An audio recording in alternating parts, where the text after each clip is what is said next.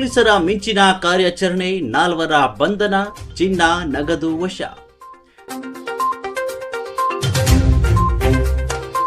ವಿಜಯನಗರ ಜಿಲ್ಲೆ ಕೊಟ್ಟೂರು ಪಟ್ಟಣದಲ್ಲಿ ಕಳ್ಳತನ ಪ್ರಕರಣಕ್ಕೆ ಸಂಬಂಧಿಸಿದಂತೆ ಪೊಲೀಸ್ ಠಾಣೆಯಲ್ಲಿ ದೂರು ದಾಖಲು ಮಾಡಿಕೊಳ್ಳಲಾಗಿತ್ತು. ಕಳ್ಳತನ ಪ್ರಕರಣದ ಬೆನ್ನು ಹತ್ತಿದ ಕೊಟ್ಟೂರು ಪೊಲೀಸರು ಆರೋಪಿತರ ಪತ್ತೆಗಾಗಿ ಶ್ರೀ ಮಲ್ಲೇಶ್ ದೊಡ್ಡಮನಿ, ಡಿವೈಎಸ್ಪಿ ಕೂಡ್ಲಿಗಿ ಇವರ ಮಾರ್ಗದರ್ಶನದಲ್ಲಿ ಡಿ ದುರ್ಗಪ್ಪ, ಸಿಪಿಐ ಕೊಟ್ಟೂರು ಸರ್ಕಲ್ ರವರ ನೇತೃತ್ವದಲ್ಲಿ ಗೀತಾಂಜಲಿ ಸಿಂಧೆ, ಪಿಎಸ್ಐ ಕೊಟ್ಟೂರು, ಪೊಲೀಸ್ ಠಾಣೆ ಸಿಬ್ಬಂದಿಯವರಾದ ಶಂಕರಪ್ಪ, ದೊಡ್ಡ ಬಸನಗೌಡ, ಸಿದ್ದೇಶ್, ಬಸವರಾಜ್, ಶಶಿಧರ್, ಕುಮಾರ್ ಪತ್ರಿ, ರಮೇಶ್ ಚಿದಾನಂದ್, ಬಸವರಾಜ್, ಶಶಿಧರ್ ಇವರ ನೇತೃತ್ವದಲ್ಲಿ ತಂಡವನ್ನು ರಚಿಸಿಕೊಂಡು ಆರೋಪಿತರ ಪತ್ತೆಗಾಗಿ ಬಲೆ ಬೀಸಿ ಕೊನೆಗೆ ಕೊಟ್ಟೂರು ಪಟ್ಟಣದ ರೇಣುಕಾ ಬಡಾವಣೆ ಬೆಳಗಿನ ಜಾವದಲ್ಲಿ ಆರೋಪಿತರನ್ನು ಹಿಡಿಯುವಲ್ಲಿ ಯಶಸ್ವಿಯಾಯಿತು.